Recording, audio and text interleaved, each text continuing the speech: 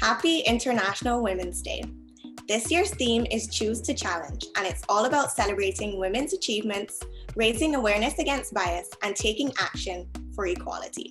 Therefore, I'm so excited to be chatting with President Sado to learn more about her experiences as a female role model and leader. Great to be here with you, Rayne. Can you tell me a little bit about your career and how you came to be the first female president of George Brown? I worked at Bell Canada and I worked my way up to senior vice president. I worked with a mentor who was an extraordinary mentor, and she helped me take the time to reflect and realize that at the time, after almost 25 years in the corporate world, that maybe I just didn't have the passion for the work I was doing anymore, and it was time to explore different opportunities.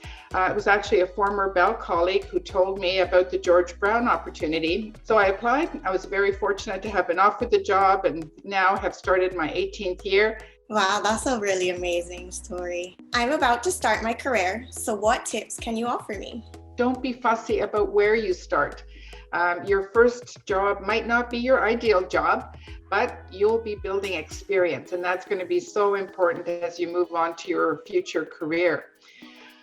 I'd also like to reinforce the value of relationships and how important it is to get to know the people that you work with and build those relationships. If there's a really difficult situation, you can turn to your colleagues for support or mentorship.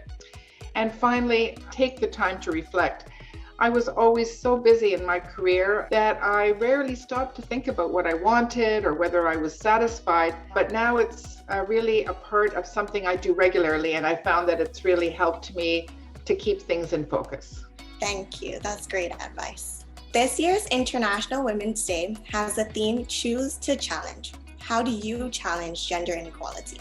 Well, the first thing I'd say about challenging gender inequality is don't accept it. And I feel that way whether it's gender inequality or racial inequality or any environment that perpetuates unequal opportunity just isn't right. We have to figure out how are we going to nurture and how are we going to create that culture that there aren't those artificial barriers. And I personally spend a great deal of time speaking with groups of young women, students, and encourage them to study and pursue fields in engineering, science, technology. And I've mentored a number of women as they pursue their careers as well. So that's a little something that I do. So that concludes our interview with President Sado.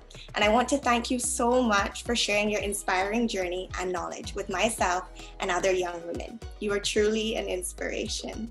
Thanks. It's been great talking to you, Rayne.